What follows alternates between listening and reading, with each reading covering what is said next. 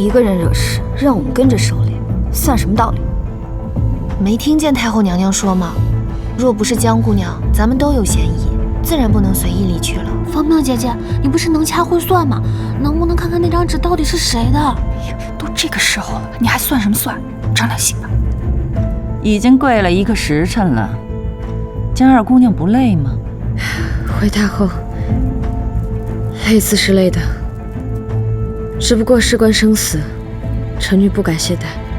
哀家可听说，刑部审问的手段，即便是活人也要扒去3层皮，任你再牙尖嘴利，到时候恐怕也派不上半分用场。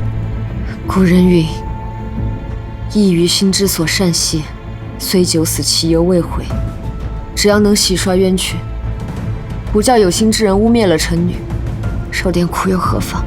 哼，不见棺材不掉泪呀。好，那哀家就看看，你这骨头啊，能硬到几时？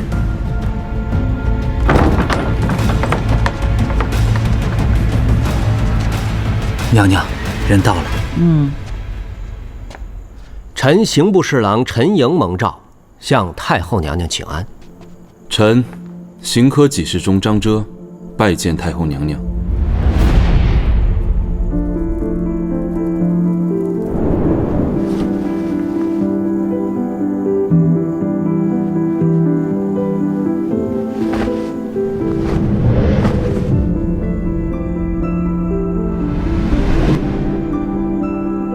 刑科给事中，不过是个7品小官吧？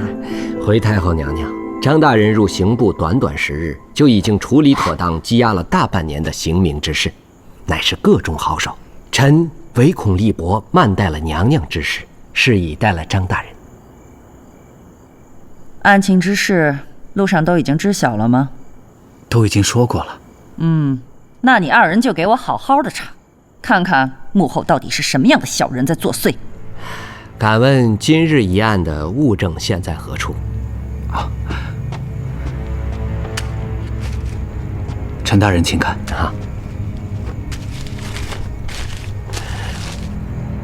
张大人也看看。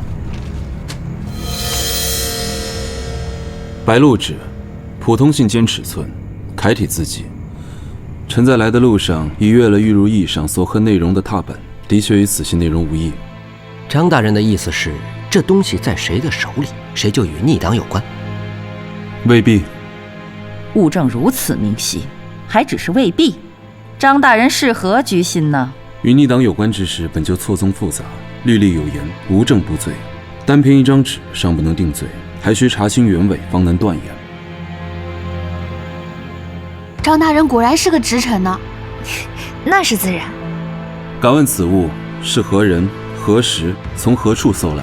是咱家依娘娘之命在宫中清查，今夜亥正一刻，自阳指差江雪宁房间抄检而出。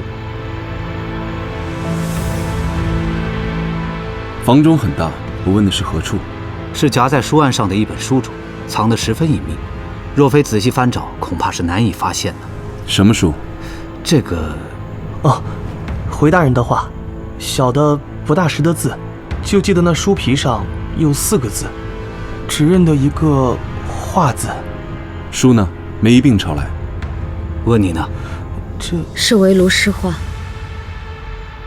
臣女的案上只放了这一本书，且在黄公公带人来搜查前1个时辰刚刚读过，案上其余都是些笔墨纸砚，是已记得清楚。娘娘，臣观这位姑娘脸色不对，可否恩准她先起身？臣只恐审问一半，她就晕厥过去，会耽误案情的。哼，只怕她不把我这泰安殿掀了都是好的。你起来吧。是。